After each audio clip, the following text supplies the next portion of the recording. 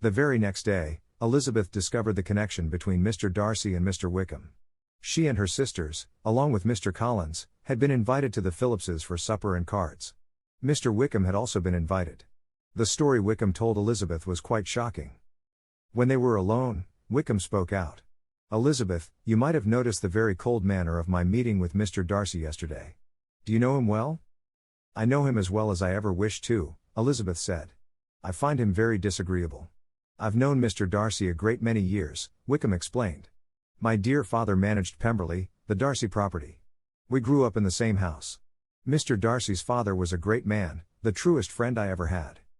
When my own father died, Darcy's father promised to help me. In his will, he left me a valuable living. But his son made sure it was given to another man." "Good heavens!" Elizabeth cried out. "But how could he go against the will? Did you not seek help from a lawyer?" "I'm afraid the will was very informal," Wickham explained. "There was no hope of going to a lawyer." "How shocking!" Elizabeth protested. "Darcy deserves to be publicly disgraced." Wickham frowned. "He will be, some time or other, but not by me," he said. "I care too much for his father's memory." "I never liked Mr. Darcy," Elizabeth said. "But I didn't think him so bad as this." "Oh, Mr. Darcy does have some good qualities," Mr. Wickham went on. "He gives his money quite freely to the poor.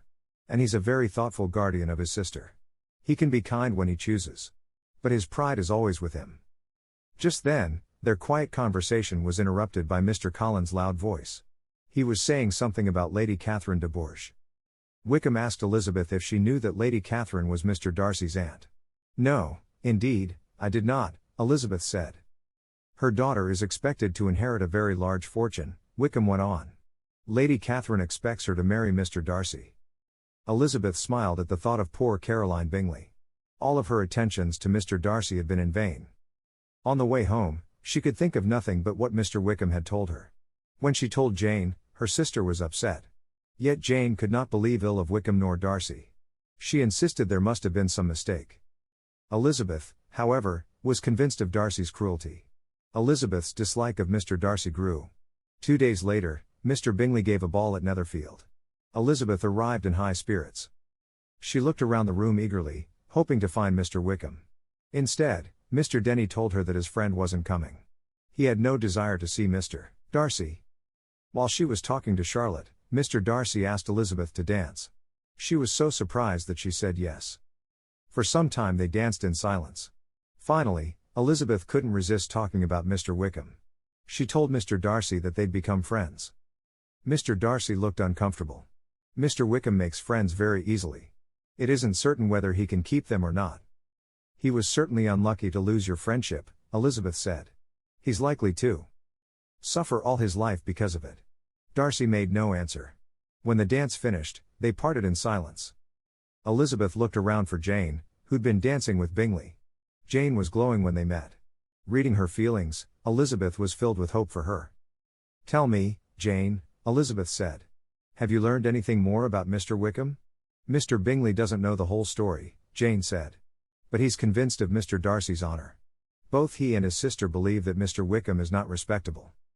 "But Mr. Bingley himself doesn't even know Mr. Wickham," Elizabeth said. "No, he never even saw him until the other morning at Meryton," Jane agreed. "I don't doubt Mr. Bingley's sincerity," Elizabeth went on. "But surely he doesn't know the entire story. My opinion of Mr. Darcy and Mr. Wickham is the same." The rest of the evening was not pleasant. When Mr. Collins spoke to Mr. Darcy without being introduced, he made a fool of himself.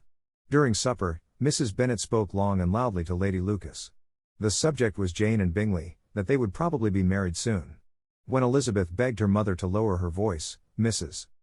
Bennet scolded her. Then, Elizabeth's youngest sister, Mary, sang for the guests.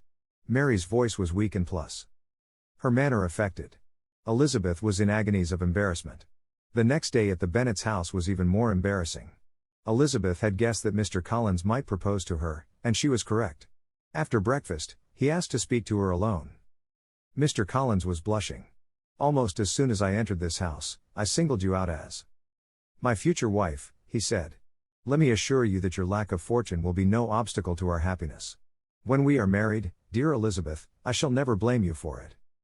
"But you are too hasty, sir," Elizabeth interrupted. You forget that I have made no answer. Please accept my thanks for the compliment you are paying me. I am honored by your offer. But it is quite impossible for me to accept. Mr. Collins waved his hand formally. I know it is usual with young ladies to say no at first. Therefore, I am not discouraged at all. Upon my word, sir, Elizabeth stated firmly, I am not one of those young ladies. I am perfectly serious.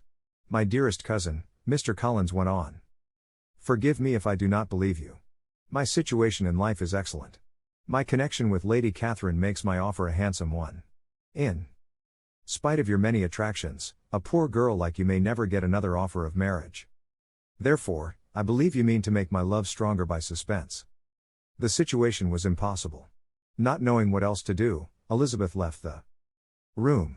A few minutes later, she was called to the library. Her parents were waiting for her.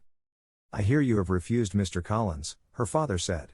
Is that true, Elizabeth? Yes, sir, Elizabeth admitted. Mr. Bennet spoke in a grave voice. Your mother insists that you accept him. Is this not so, Mrs. Bennet? Yes, or I will never see her again. Mrs. Bennet whimpered. Mr. Bennet looked stern. You have an unhappy choice before you, Elizabeth, he said. Your mother will never see you again if you do not marry Mr. Collins. But I will never see you again if you do. Mr. Bennet. His wife cried out. Elizabeth couldn't help but smile.